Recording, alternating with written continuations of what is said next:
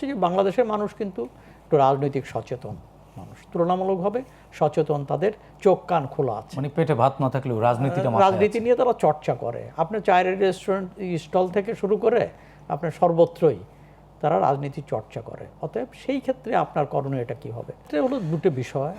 যেমন ধরুন, একটা ফিউডাল সোসাইটিতে, পশ্চাৎপদ সমাজে, কিংবা যেখানে ইনফরমেশনের গ্যাপ আছে, সেখানে অনেক কিছু জনগণকে না জানিয়ে করা যায়। কিন্তু আজকের পৃথিবীতে যেখানে বাংলাদেশের দুটো জিনিস, একটা হচ্ছে সোশ্যাল মিডিয়া থেকে আরম্ভ করে মিডিয়ার বিরাট হয়েছে, ইনফরমেশন রয়ে গেছে। আর একটা হচ্ছে যে বাংলাদেশের মানুষ কিন্তু একটু রাজনৈতিক সচেতন মানুষ, তুলনামূলকভাবে সচেতন, তাদের চোখ কান খোলা আছে। মানে পেটে ভাত না থাকলেও রাজনীতি নিয়ে তারা চর্চা করে। আপনার চায়ের রেস্টুরেন্ট স্টল থেকে শুরু করে আপনার সর্বত্রই তারা রাজনীতি চর্চা করে। অতএব সেই ক্ষেত্রে আপনার করণীয় এটা কী হবে? একটা পদ্ধতি হতে পারে যে আপনি যেটা হয় সনাতনী যে অবস্থা, যেমন সেটা হলো এক ধরনের কাক চতুরতা। কাক গৃহস্থর বাড়ি থেকে ডিম চুরি করে, খোপ থেকে চুরি করে খড়ের মধ্যে লুকায় চোখ বন্ধ করে। তখন কাক মনে করে যে আমি যখন দেখলাম না, কেউ দেখলো না।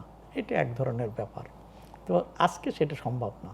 আজকে খোলা চোখে তাকে বলতে হবে, এবং অর্থাৎ তার কি এই সমস্যা আছে এবং সমাধান কোন পথে।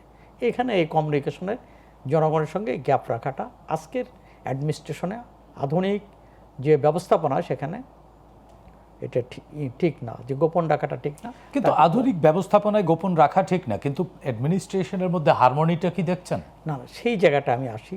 তাহলে আপনাকে কি করতে হবে? যে আপনাকে জনগণের কাছে স্পষ্ট করতে হবে যে সেই সমস্যা মোকাবেলার জন্য আন্তরিকভাবে চেষ্টা করছে, এবং জনগণের কাছে যদি প্রতিভাত হয় যে চেষ্টা করছে, সরকারের আন্তরিকতা আছে, সততা আছে, এবং তাহলে কিন্তু সমস্যা না। আন্তরিকতা নিয়ে আমরা প্রশ্ন তুলছি না, আন্তরিকতা না, সরকার। রনি ভাই যেটি বললেন যে বিগত অন্তর্বর্তীকালীন সরকার ধার করে যে ঘি খাওয়ার মতো অবস্থার মধ্যে ফেলে গেল, আমি সেই কথাই সাফারিংসটা আমি সেই কথাই বলছি যে যখন একটা সরকার কখন ফেল করে, যেমন ধরেন খুব জনপ্রিয় সরকার বঙ্গবন্ধু সরকার ফেল করলেন, অর্থনৈতিকভাবে ফেল করেছেন। তো এইটা ফেল করার কারণটা হলো যে, তো এই যে একটা হলো যে উনি বললেন আমি সারা দুনিয়া থেকে, স্পষ্টভাষী ছিলেন, লুটে পুটে আনি, চাটার দল সব চেটে খায়। তো এই যে ওনার এই যে স্বীকারোক্তি, কিন্তু উনি তাদেরকে কন্ট্রোল করতে পারছিলেন না। তা আজকেও এটা দরকার। যেমন ধরেন তারেক রহমান, তার ক্যাবিনেটের আরও সৎ লোক যারা আছেন, মিনিস্ট্রিতে আছেন, আমি স্বীকার করি, কিন্তু এই সঙ্গে তাকে জনগণ কষ্ট করতে রাজি আছে, কিন্তু তার দল কষ্ট করছে কিনা, নেতারা কষ্ট করছে কিনা। যদি আপনি বলেন যে আজকের অবস্থা এক ধরনের কিচ্ছতা সাধনের করতে হবে, এই বক্তব্য অলরেডি গভর্নমেন্টের পক্ষ থেকে কিচ্ছতার বক্তব্য দিচ্ছে, কিন্তু আমরা যদি দেখি যে লুটপাট বন্ধ হয় নাই, নিচের দিকে চাঁদাবাজি বন্ধ হয় নাই, তাহলে জনগণ কিন্তু, জনগণের ভিতরে একটা অসহিষ্ণুতা তৈরি হয়। কিন্তু সেগুলো কিন্তু সরকার কঠোরভাবে দমনও করছে, অভিযোগ আসার সাথে সাথে ইনিশিয়েটিভ নিচ্ছে। সেইটা বলছি। তাহলে এখানে হলো চ্যালেঞ্জের জায়গাটা এখানে, অর্থাৎ গভর্নমেন্টের প্রতি জনগণের এই অবস্থায় সরকার সমস্ত সংকট আলাউদ্দিনের চেরাকের সাহায্য দূর করতে পারবে না, কিন্তু জনগণের প্রতি আস্থার জায়গাটা তৈরি করার দেবো না। এই আস্থার জায়গাটা কেবলমাত্র প্রধানমন্ত্রী কিংবা ক্যাবিনেটের 2-1 মন্ত্রী করবেন না, এই আস্থার জায়গাটা তৈরি করবেন হচ্ছে দলটা।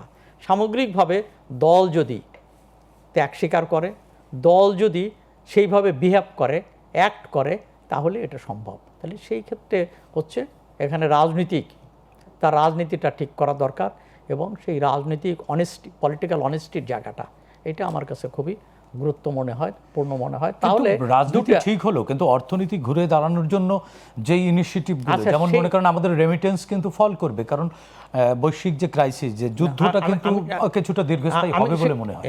আপনি ওই সংকটের হাত থেকে, ওই সংকটের উত্তাপ থেকে আপনি দূরে থাকবেন, কিন্তু আমাদের বিকল্পও তো তৈরি করতে হবে। বিকল্প আপনাকে, বিকল্প আপনি খুঁজলেন, আপনি বাইরে টাকা খুঁজবেন ইত্যাদি, কিন্তু সেই সঙ্গে সঙ্গে আপনার দেশেরও, যেমন ধরুন যে আপনার ইনকাম বাড়ছে, আপনার রেভিনিউ বাড়ছে, তো এই ধরনের মেসেজ দিলে সেটা জনগণের মধ্যে এক ধরনের ইতিবাচক সাড়া পাওয়া যাবে, যে ঠিক আছে এই অবস্থার মধ্যেও আপনার রেভিনিউটা বাড়ছে, আপনি ব্যয়টা সংকোচন করতে পারছেন, কিংবা আপনি ঠিক জায়গায় ব্যয়টা করছেন, আপনার ম্যানেজমেন্টটা উন্নততর। এই মেসেজটা এবং এটা যদি দৃশ্যমান করতে পারলে এই চ্যালেঞ্জগুলোকে মোকাবেলা করা সম্ভব। কিন্তু শর্টকাট কোনো রাস্তা নেই। আপনি জনগণকে গোপন রেখে কিংবা ওই ধরনের যে আপনার কত তেলের কি সমস্যা, কতটুকু সমস্যা আছে, আপনি যদি বলেন যে না আমার কোনো সমস্যা নেই, আপনার জ্বালানি সমস্যা নেই, তো এটা তো বিশ্বাসযোগ্য ব্যাপার না। আপনাকে বলতে হবে আমার সমস্যা আছে, আমি মোকাবেলা করার জন্য এই কাজ করছি। তো এই ধরনের একটা ব্যবস্থা সরকারের পক্ষ থেকে তো বলা হচ্ছে যে আমি সরকার বলছে কিনা বলছে সেই জায়গায় যাচ্ছে না, জ্বালানি মন্ত্রীর পক্ষ থেকে বলা হয়, হ্যাঁ বলা হচ্ছে না, আমি তা বলছি না। আমি বলছি এই ব্যবস্থাপনা এই জায়গা যে জনগণের সঙ্গে গ্যাপ রাখা যাবে না। এবং মানে কিছুটা কি গ্যাপ হচ্ছে বলে মনে হয়?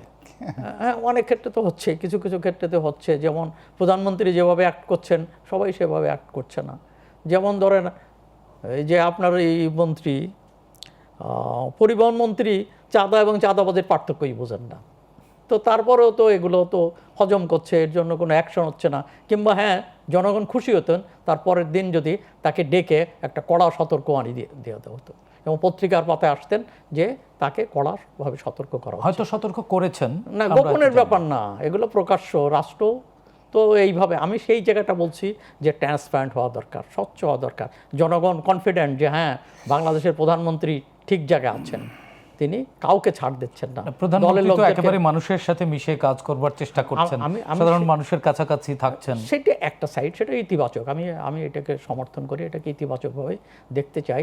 সেই সঙ্গে সঙ্গে তার দলটাকে ঠিক রাখা দরকার। এবং যেমন ধরুন যে প্রধানমন্ত্রী ঠিক আছে, সরকার ঠিক আছে, সবই ঠিক থাকে, কিন্তু যদি সমস্যাটা কিন্তু নিচের দিক থেকে হতে থাকে এবং হতে হতে, যেমন ধরুন বিগত সরকার শেখ হাসিনার, বিগত মানে আমি শেখ হাসিনার শাসন আমলে যখন এই ধরনের লুটপাট নিচের দিকে হচ্ছে, আশ্রয় প্রশ্রয় চলছে এবং পরবর্তীতে এই আশ্রয় প্রশ্রয়ের মধ্য দিয়ে তখন মনে হলো যে আশ্রয় প্রশ্রয় কেন চলছে, পরে দেখা গেল যে আশেপাশের লোকগুলোরাও এর সঙ্গে জড়িত আছে, যে কারণে ওই সরকারের প্রতি মানুষের আস্থা চলে যায়। তারপরে ওই সরকার উন্নয়নের অনেক ধরেন কাহিনী ইত্যাদি, আমরা ভিতরের বাইরেও তো একটা উন্নয়নের একটা আওয়াজ ছিল, তো তার ভিতর দিয়েও সরকারের প্রতি মানুষ আস্থা হারালো এই জন্য যে বিশ্বাস করতে পারেনি। অতএব মানুষের বিশ্বাসটা, নেতৃত্বের প্রতি আস্থা অর্জনটা, এটা কিন্তু গুরুত্বপূর্ণ। কেবলমাত্র ভোটের জন্য নয়, ভোটের পরে অনেকেই যদি মনে করে যে ঠিক আছে ভোটের জন্য আমরা একটা জনগণের ভোট পেয়েছি, আস্থা অর্জন করেছি এবং 5 বছর পরে আবার ইলেকশনের সামনে আস্থাটা অর্জন করব, তা না। একটা দেশের গণতান্ত্রিক উন্নয়নের পথে সেই আস্থাটাকে টিকে রাখা দরকার এবং প্রতিনিয়ত তার আস্থা এবং জনগণের সঙ্গে তার যদি বিশ্বস্ততা এবং যোগাযোগ স্থাপিত হয়, তাহলে আমার মনে হয় সংকট আসবে। এই সংকটে মানুষ চাইবে না যে সারা পৃথিবীতে এই সংকটের মুখে সমস্ত আলাউদ্দিনের প্রদীপের মতো সমস্ত সংকটগুলোকে মানুষের ভিতরে সুখের নহর বইয়ে দেবে, এমনটা প্রত্যাশা করা সম্ভব না। আজকে সংকট আছে, এটাকে মানুষের কাছে তুলে ধরা এবং এই সংকট মোকাবেলার জন্য সরকার যে সব পদক্ষেপগুলো গ্রহণ করছে সেটা কতটুকু গ্রহণযোগ্য, সেটা কতটুকু মানে বাস্তবসম্মত, এবং সেটা হচ্ছে গুরুত্বপূর্ণ।